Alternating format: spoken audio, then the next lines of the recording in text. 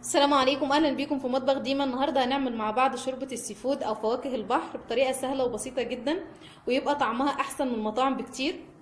اول حاجه معانا في المقادير، معانا بصله وكرفس وجزره، ورقتين لورا، 3 فصوص توم، فلفل اسمر حب، وحبهان جمبري مغسول ومتنضف ومتقشر، ممكن تعملي الحجم اللي انت عايزاه. ومعانا سمك فيليه، ومعانا كابوريا ممكن تعمليها سليمه، حابه تقطعيها عادي. ومعانا كاليماري تقطعيه زي ما انت عايزه، الحجم اللي انت عايزاه. ولو عندكم جندوفلي اي حاجه من فواكه البحر عادي، مفيش اي مشكله. كريمه لباني للطهي، دي بتتحط للبشاميل والسي فود. في كريمه لباني تاني للحلويات، نخلي بالنا واحنا بنشتري.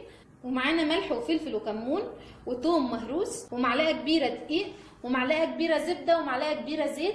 وبعد كده تعالوا معانا نشوف هنسويه ازاي. دلوقتي احنا هنعمل الجمبري على مرحلتين. اول ما الميه تبدا تغلي، انا قطعت البصل كبير عشان هشيله تاني، والجزر كمان مقطعاه كبير،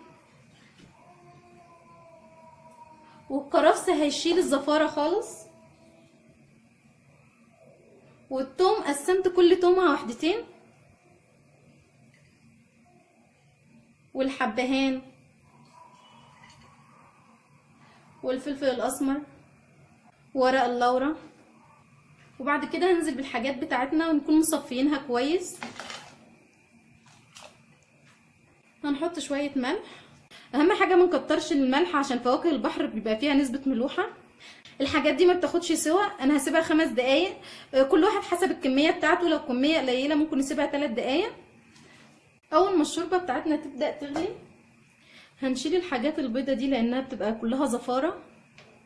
انا مقطعه الخضار كله كبير عشان هشيله اصلا من الشوربه. لو حابين تخلوه في الشوربه تقطعوه صغير عادي، مفيش اي مشكله، حسب ما بتحبوا. وبعد ما يستوي هحطهم في مصفى واصفيهم واعين منهم الخضار، وبعد كده نعمل طشه ونقلبهم فيه. اول ما الحله تسخن نحط الزيت والزبده، وبعد كده التومه دوبك تتشوح تصفر شويه بس، مش هنحمرها. اول ما التومه تصفر هننزل بالدقيق، معلقه دقيق. لو حابه قوامها يبقى تخين هتزودي الدقيق، حابه قوامها تبقى زي الشوربه كده بس تقيله سنه بسيطه، تبقى هي بس معلقه. ادوبك الدقيق يتحمص وريحته تبان، ننزل بالشوربه. انا صفيتها،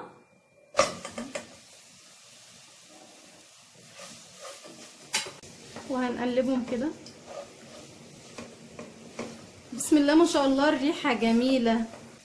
هنحط كمون وفلفل، فلفل اسمر وملح. ما نكترش الملح وندوقها في الاخر ونشوف احتاجت نحط لها تاني.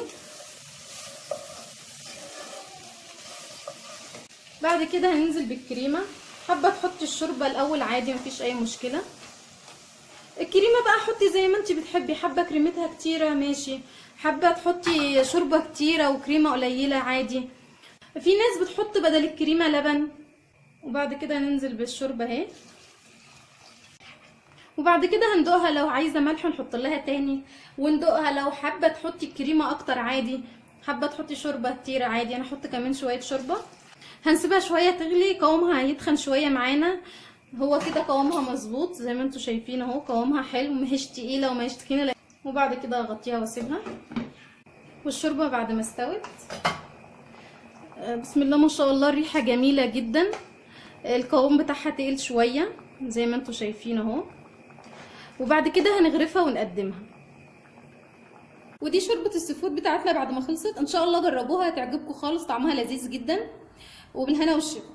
لو عجبكم الفيديو وعاوزين تشتركوا على قناتي، ادخلوا على اليوتيوب واكتبوا في البحث مطبخ ديما، هتظهر لكم اول واحده اهي. اضغطوا عليها، قدامكم كلمه اشتراك اللي في المربع الاحمر، اضغطوا عليه هيظهر لكم الجرس، اضغطوا عليه عشان يتفعل ويوصلكم كل جديد.